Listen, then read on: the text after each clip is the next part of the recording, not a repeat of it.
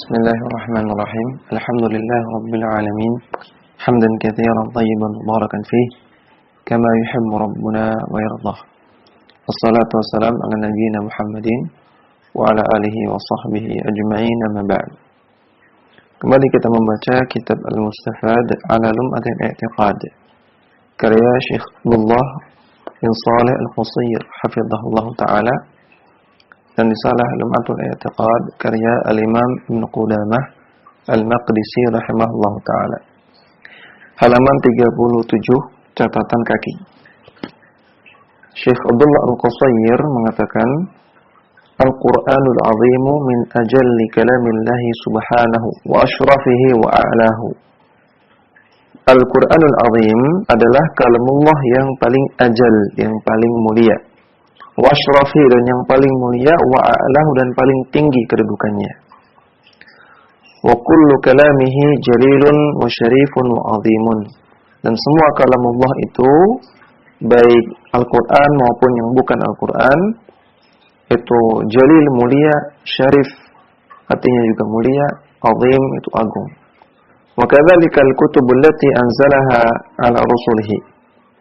Demikian juga kitab-kitab yang Allah turunkan kepada para rasulnya. Ya, artinya kitab-kitab yang diturunkan kepada para rasul sebelum Rasulullah SAW itu juga kalamullah. Alaihim assalatu wassalamu, semoga Allah Ta'ala memberikan rahmatnya wassalam dan memberikan keselamatan kepada mereka. Takallamallahu Ta'ala biha haqiqatan.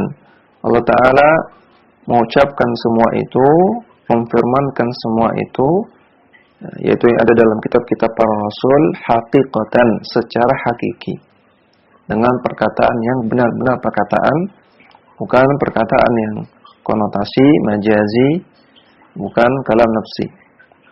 Wa yukallimu subhanahu ibadahu, demikian juga Allah Ta'ala berkata-kata, berfirman kalam kepada para hambanya.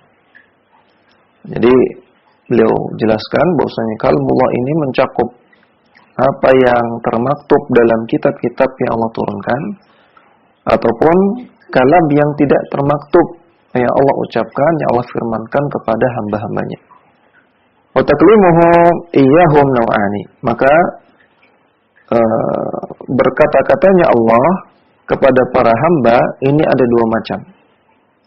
Al-awwalu taklimuhu li'ibadihi bila wasitatin, kama kallama Musa ibn Imran alaihissalam.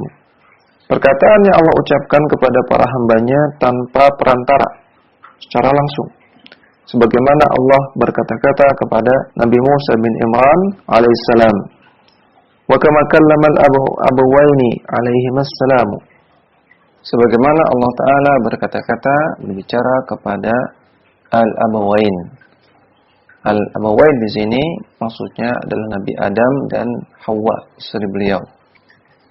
Abawain asalnya artinya kedua orang tua. Dua orang tua bagi seluruh manusia adalah Nabi Adam dan Hawa.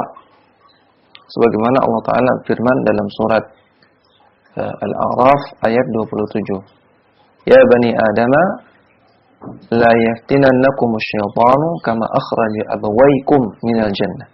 Wahai manusia, jangan sampai setan membuat fitnah kepada kalian, artinya menyesatkan kalian, kama akhraja abawaykum, sebagaimana setan telah mengeluarkan abawaykum, abawain, kedua orang tua kalian, minal jannah, dari surga.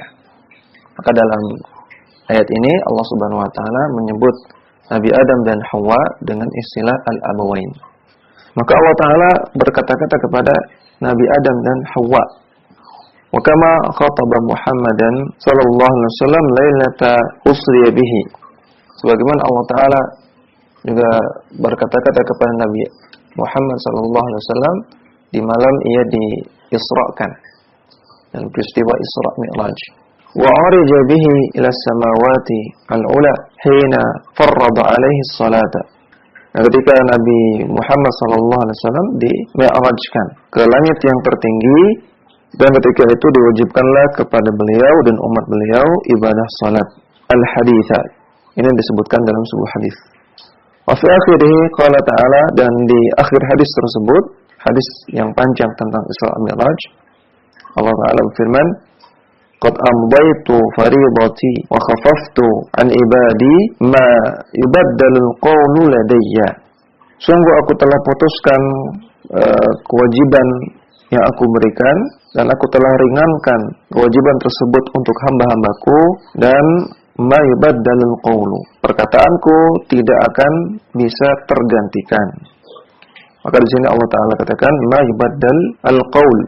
Allah menyebutkan bahwasanya apa yang Allah sampaikan itu berupa qaul, berupa perkataan.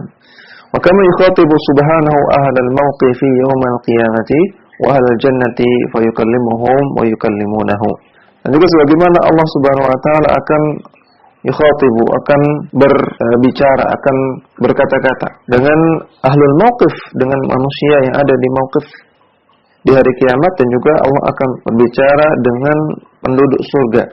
Fayukallimuhum, Allah Ta'ala bicara kepada mereka, wa yukallimunahu, dan mereka pun akan berbicara kepada Allah Subhanahu wa taala. Asani, bentuk kalamullah kepada hamba yang kedua, taklimuhu li ibadihi biwasitatin, adalah perkataan yang Allah katakan kepada hamba-hambanya dengan adanya perantara, dengan melalui perantara. Jadi tidak langsung. Imma bil wahyi al-khasi lil anbiya'i alaihimus salatu wassalam. Kemungkinan yang pertama dengan wahyu, perantaraan wahyu yang ini khusus hanya diberikan kepada para nabi alaihim wassalatu wassalam. Ya, maka wahyu itu hanya khusus diberikan kepada nabi.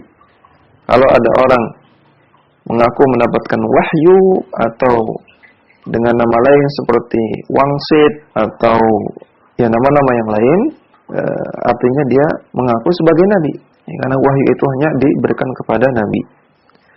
Wa imma bi irsalihi ilaihim rasulan yukallimuhum min amrihi bima yasha'u. Lalu kemungkinan yang kedua dengan diutusnya seorang rasul.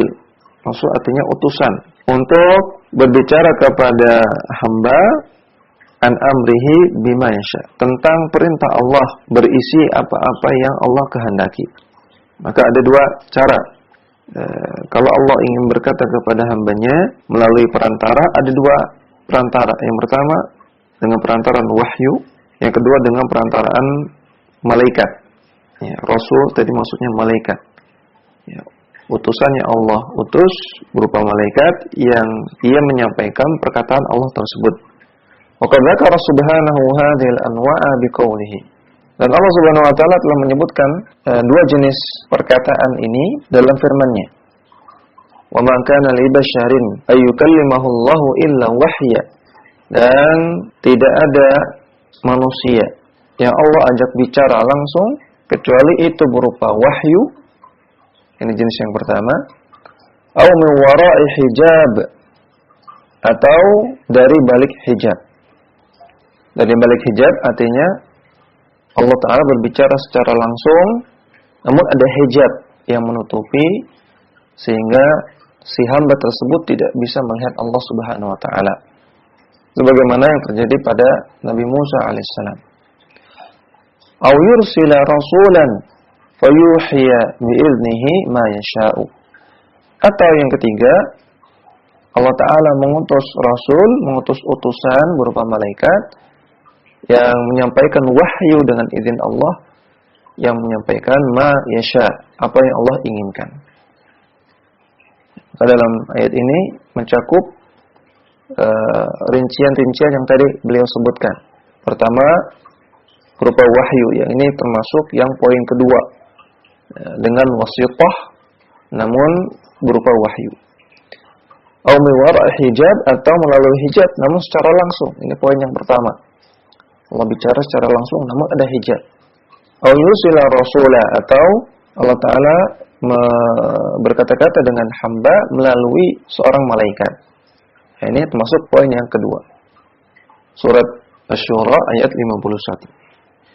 Kemudian kita baca catatan kaki nomor 1 halaman 39. Syekh Abdullah Al-Qusayyir mengatakan, Ankaratil Mu'tazilatu wa ghairuhum min firaqil mu'attilati minal jahmiyati kalam Allah Ta'ala. Kaum Mu'tazilah atau sekte Mu'tazilah dan yang selain mereka yang merupakan firqah-firqah yang memiliki pemahaman mu'attil. Mu'attil artinya menolak nama-nama dan sifat Allah, baik dari kalangan Jahmiyah atau yang lainnya. Mereka mereka mengingkari kalam Allah. Mereka mengingkari sifat kalam bagi Allah Subhanahu wa taala.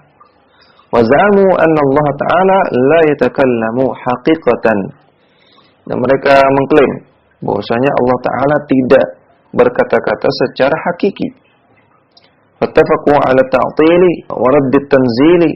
Maka mereka sepakat untuk melakukan ta'til, menolak sifat kalam bagi Allah, dan mereka sepakat untuk menolak tanzil, nas-nas tentang sifat kalam.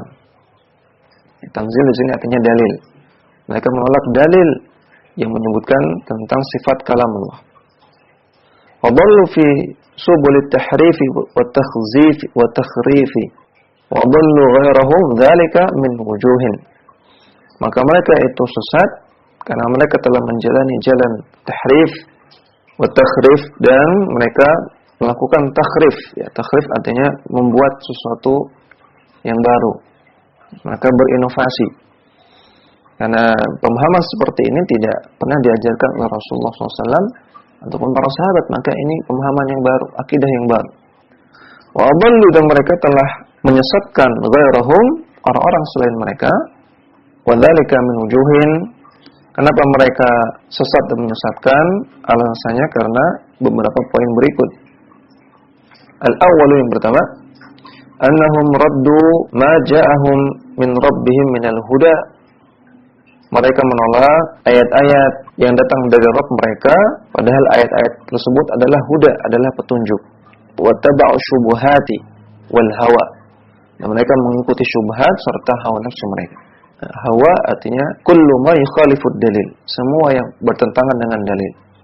Baik itu opini, baik itu perasaan, baik itu pendapat kebanyakan orang atau yang lainnya, itu semua hawa, itu semua hawa nafsu. Jadi mereka mengikuti syubhat dan mengikuti hawa nafsu. Atsani, yang kedua, annahum tanaqqasu rabbahum jalla wa ala idz abtaluhu min sifatin 'azimatin min sifati kamalihi. Mereka merendahkan Rabb mereka, merendahkan Allah jalla wa ala ketika mereka menolak sifat-sifat Allah yang agung yang merupakan salah satu sifat kesempurnaan bagi Allah Subhanahu wa taala. Itu sifat kalam. Kita sudah pernah bahas, sifat kalam adalah sifat yang sempurna, sifat yang terpuji.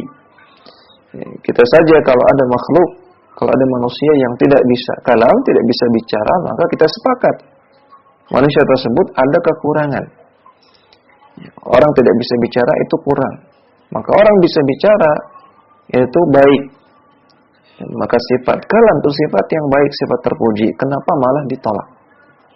Makanya perendahan kepada Allah Subhanahu wa taala. Wa athbatu lahu subhanahu ma'aba bihi al-ijla alladhi ittakhadhahu al-yahudu ilahan. Dan mereka menetapkan suatu sifat, yaitu sifat la yatakallam, bahwasanya Allah itu tidak bicara. Sifat tidak bicara ini disematkan oleh Mu'tazilah dan Jahmiyah kepada Allah Subhanahu wa taala. Padahal ada bihi al-ijla, Allah taala mencela al-ijl. Al-ijl itu sesembahan orang-orang Yahudi berupa patung sapi yang disembah oleh orang-orang Yahudi, kaumnya Nabi Musa alaihissalam. Allah cela mereka karena mereka menyembah sesuatu yang tidak bisa bicara. Allah mencela orang yang menyembah ijl yang enggak bisa bicara. Berarti Allah taala menetapkan enggak bisa bicara itu adalah kekurangan, adalah aib. Dan Allah cela orang yang menyembah sesembahan yang seperti itu. Kenapa malah orang-orang Mu'tazilah, orang-orang Jahmiyah menyematkan Allah dengan sifat itu, dengan sifat tidak bisa bicara. Qala ta'ala, Allah ta'ala berfirman, alam yarau annahu la yukallimuhum wa la yahdihim sabila. Tidakkah mereka, orang-orang Yahudi, orang-orang Bani Israel, tidakkah mereka melihat bahwasanya ijil tersebut la yukallimuhum, enggak bisa ngomong kepada mereka, wala yahdihim sabila, dan tidak bisa menunjukkan jalan kepada mereka. Surat Al-A'raf ayat 148. Maka di sini Allah Ta'ala mencela orang-orang Bani Israel yang mereka menyembah sesuatu yang tidak bisa bicara. Wa-qala ta'ala, dan Allah Ta'ala berfirman, afala yarawna alla yarji'u ilaihim qawlan wa la yamliku lahum darran wa la naf'a. Apakah mereka Bani Israel tidak melihat bahwasanya ijil tersebut la yarji'u, enggak bisa membalas qawlan, perkataan mereka, wa la yamliku lahum darran wa la naf'a, dan tidak bisa menguasai bahaya maupun manfaat bagi para penyembahnya. Nah, jadi Allah katakan ijil itu ketika diajak bicara nggak bisa balas, nggak bisa menimpali, nggak bisa jawab, nggak bisa ngomong. Maka ini Allah sedang mencela ijil. Berarti sifat nggak bisa ngomong ini tercela, ini aib. Dan juga ijil nggak bisa memberikan manfaat ataupun mudarat kepada Bani Israel. Surah Taha ayat 89. Asalithu, alasan yang ketiga, kenapa orang-orang yang menolak sifat kalam ini sesat dan menyesatkan, adalah lazimu qaulihim ittihamu nabiyihim sallallahu alaihi wasallam fi talaqqihi wa fahmihi an rabbih. Konsekuensi dari perkataan mereka bahwasanya Allah itu tidak bisa berkata-kata, tidak bisa kalam, adalah ittihamu nabiyihim, mereka menuduh nabi mereka. Orang-orang Mu'tazilah menuduh Rasulullah sallallahu alaihi wasallam fi talaqqihi, ketika menerima wahyu, wa fahmihi, dan juga dalam memahami wahyu, an rabbih, dari Rabbnya, au fi balaghatihi, atau telah menuduh atau mencela Rasulullah SAW tidak memiliki balaghah yang bagus, wa fasahatihi, dan menuduh beliau tidak punya kefasihan dalam berbicara, wa bayanihi, dan menuduh beliau tidak becus dalam menyampaikan penjelasan. Haitsu lam yubayyin lahum ma yajibu ay ya'taqiduhu fi rabbihim bima yashfi wa yakfi. Karena menurut mereka Nabi SAW tidak memberikan penjelasan kepada manusia dengan sesuatu yang wajib untuk diyakini tentang Rabb-nya, tentang Allah Subhanahu wa taala, dengan penjelasan yang memuaskan dan mencukupi. Ketika ada ayat-ayat, ada hadis-hadis yang menyebutkan Allah itu kalam, Allah itu bicara, kemudian kata Mu'tazilah, bicara di sini bukan bicara hakiki, namun bicara secara konotatif, secara majazi, secara kalam nafsi. Maka kalau demikian, kenapa Rasul tidak jelaskan? Kenapa Rasul tidak jelaskan ini bukan kalam hakiki? Allah bicara di sini bukan Allah bicara sebenarnya. Ini hanya konotasi, ini hanya kiasan. Namun Rasulullah tidak jelaskan. Nah, berarti orang-orang Mu'tazilah telah mencela Rasulullah SAW bahwasanya beliau tidak menjelaskan dengan baik, tidak menjelaskan apa yang wajib untuk dijelaskan kepada umat, karena terkait dengan keyakinan kita tentang Allah Subhanahu wa taala, perkara penting. Kenapa Rasulullah nggak jelaskan?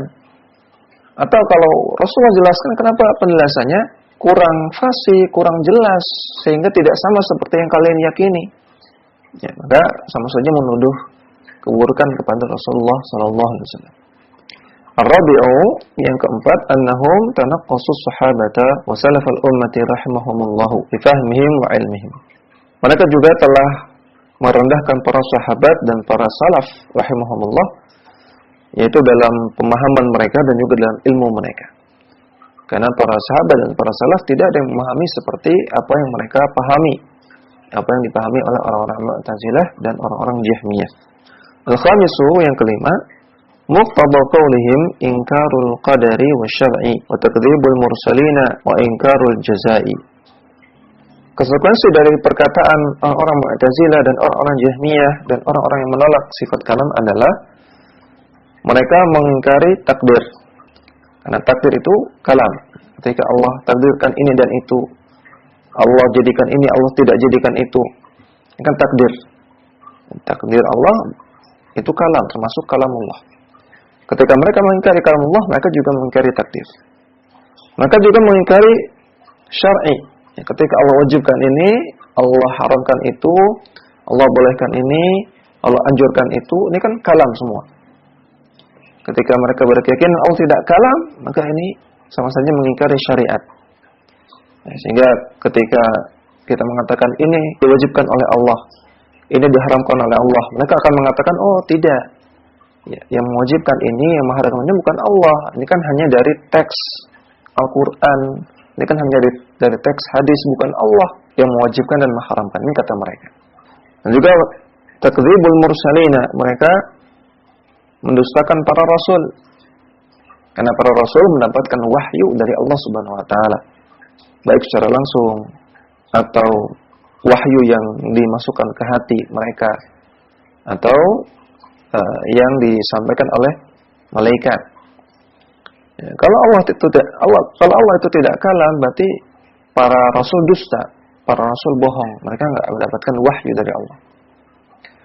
Wa ingkarul jaza, dan mereka juga mengingkari adanya jaza, adanya balasan kebaikan ataupun balasan keburukan. Karena fa inna tadbiral malaki bil amril kauni qaulun wa kalamun.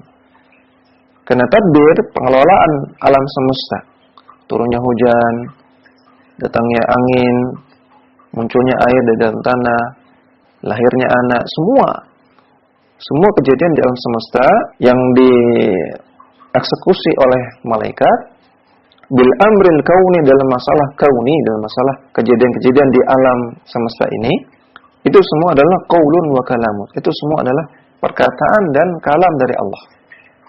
Jadi Allah perintahkan malaikat turunkan hujan.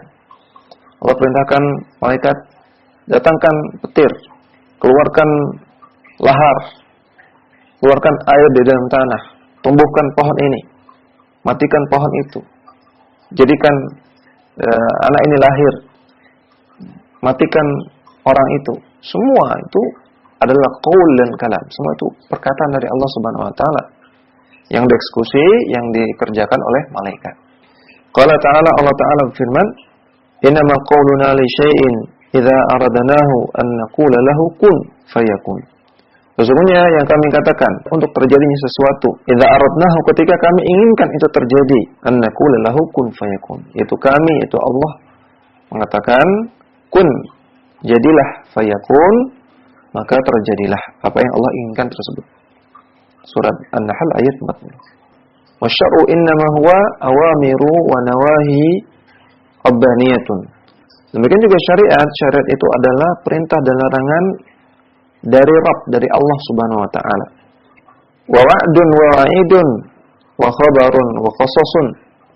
Demikian juga dalam syariat terdapat janji-janji balasan kebaikan, dan juga wa'id, ancaman-ancaman balasan keburukan. Demikian juga terdapat khabar dan kisah-kisah dalam Al-Quran. Wadzalika kulluhu bikalamin masmu'is sauti. Dan itu semua berupa kalam yang bisa didengar suaranya, ma'lumil ma'na wal muradi, yang maknanya dan muradnya dan isinya yang dikandungnya itu maklum, bisa diketahui. Wa kadzalika ar-rusul alaihi wassalatu wassalam innama ja'u bil wahyi al-ilahi alladzi talaqqathu min malaikatil wahyi wa malaikatul wahyu talaqathu anillahi ta'ala. Demikian juga para rasul alaihim assalatu wassalam, mereka datang dengan membawa wahyu ilahi yang mereka dapatkan dari para malaikat yang menyampaikan wahyu, dan malaikat yang menyampaikan wahyu mendapatkannya dari Allah Ta'ala. Falazimu qawlihim ta'atilul qadari wasyar'i wa takdzibu risalatil mursalina. Maka konsekuensi perkataan Mu'tazilah dan Jahmiyah dan orang-orang yang menolak sifat kalam, mereka juga menolak takdir, menolak syariat, mendustakan para rasul. Fartakibu hadhil adha'ima wa janau hadhil ma'athima. Sehingga mereka telah melakukan kesalahan-kesalahan besar tersebut, dan mereka telah mereka telah berbuat kejahatan dengan melakukan ma'athim, banyak sekali dosa-dosa, yaitu berupa tadi ya, mendustakan takdir, mendustakan syariat, mendustakan para rasul, juga mengingkari jaza. Dosa-dosa yang besar. Wa dallu man adallu minal mukallafina minal jinni wa bani Adam. Dan mereka juga telah menyesatkan orang-orang yang mereka sesatkan dari kalangan orang-orang yang mukallaf, orang yang terkena beban syariat, baik jin maupun manusia. Wa i'timadan 'ala ma talaqawhu minasyayatinil insi wal jinni. Mereka melandasi itu semua dari yang mereka dapatkan dari para setan yang berupa manusia ataupun setan yang berupa jin.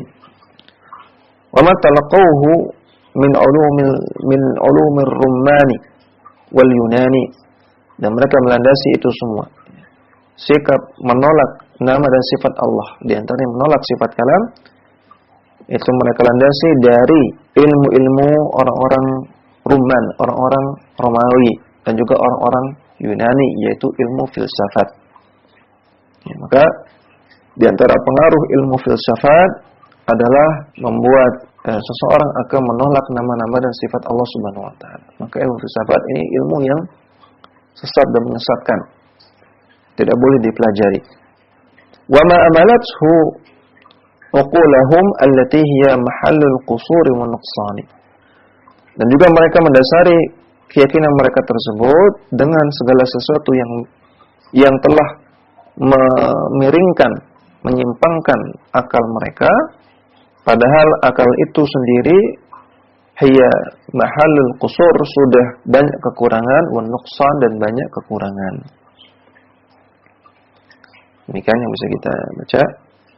Mudah-mudahan bermanfaat. Wassallallahu ala nabiyina Muhammadin wa ala alihi wa sahbihi wasallam.